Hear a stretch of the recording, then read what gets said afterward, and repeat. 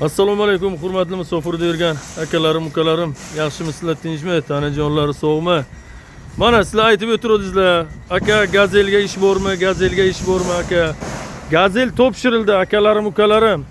U Gazel to'g'risida uje bemalol telefon qilmaslaringiz ham mumkin. Uje nimaki, uje Gazelni topshirdik biz. Mana uje reysga chiqib ketyapti. Mana ishchilarimiz uje yuklab beryapti. Tamom.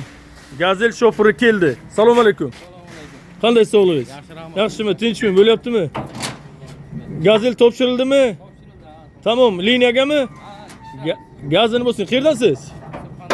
Surxondaryo. Akamiz ana keldi Surxondaryodan. Primoy keldi, mana mashinani topshirdi Gazelni. Inshaalloh reysga. Akalarim, ukalarim, sog' bo'lasizlar, salomat bo'lasizlar. Endi Gazelga ish bormi deb telefon qilishlaringiz ham shart emas akalarim, ukalarim. Gazel topshirildi, nasib etsa Hyundai'li ham topshirildi. Uni ham videosini qilib, bemalol qo'yamiz akalarim, ukalarim. Yurakda o'tib bor akalarim, ukalarim bo'lsa, boshqa ishimiz bor, mebelniga ishimiz bor, nima deydi, svarkalikka ishimiz bor. Men bitta nomer qo'yaman, bemalol o'shandan so'rab, u boshlig'im nomerini qo'yaman, bemalol nima qilishlaringiz mumkin. Ana bu Gazel uje tamom chiqdi uje. Voditellik keldi Surxondaryodan, ukamiz keldi, mana Gazelni topshirdik.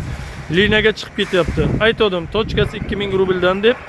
Ana, inshaalloh ana ikkita tochka, bitta reysga 2000 dan 4000 rubl uje bor. Sog' bo'lasizlar, salomat bo'lasizlar akalarim, ukalarim. Tanijonlari sog' bo'lsin. Yangi vakansiya chiqarsa men sizlarga uje davom etib beraman, bilasizlar. Faqat sizlardan bir iltimos, podpiska, like, podelitsani banglatib bo'lsamiz. Sog' bo'linglar.